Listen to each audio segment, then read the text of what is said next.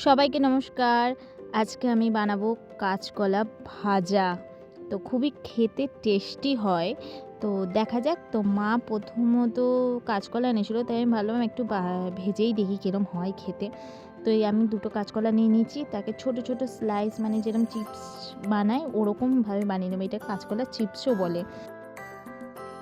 আমি কাঁচকলাগুলোকে এরকম ছোট ছোট স্লাইস করে নিয়েছি। এবার ওর মধ্যে দেবো একটু নুন আর জল দিয়ে আমি ওটাকে প্রায় ৩০ মিনিটের মতো ভিজিয়ে রেখেছিলাম, তাতে ওর যে ভেতরে যদি কষভাব থাকে ওইটা চলে যায়। তো ৩০ মিনিট কমপ্লিট। এবার চলুন একটা কড়াই নিয়ে আমি তার মধ্যে একটু তেল দিয়ে দিচ্ছি, যে কোনো তেলে ভাজতে পারেন, আমি সর্ষের তেলে ভেজেছি। আমি এক এক করে কাঁচকলাগুলো দিচ্ছিলাম।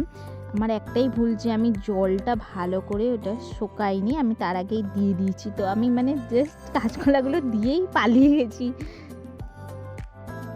তো কাঁচকলাগুলোকে দিয়ে মোটামুটি একটু উল্টে পাল্টে দেবো আর ৭ থেকে ৮ মিনিটের মতো একটু ভাজতে দেবো। তো এরম ৮ মিনিটের পর এরম নর্মালি ভাজা হবে। তো জাস্ট খেতে অসাম হয়েছিল। তো আমি একটা ছোট্ট রেসিপি শেয়ার করলাম, যেটা আমি বানাচ্ছিলাম। তো আমি ভাবলাম আপনার সাথে শেয়ার করা যাক।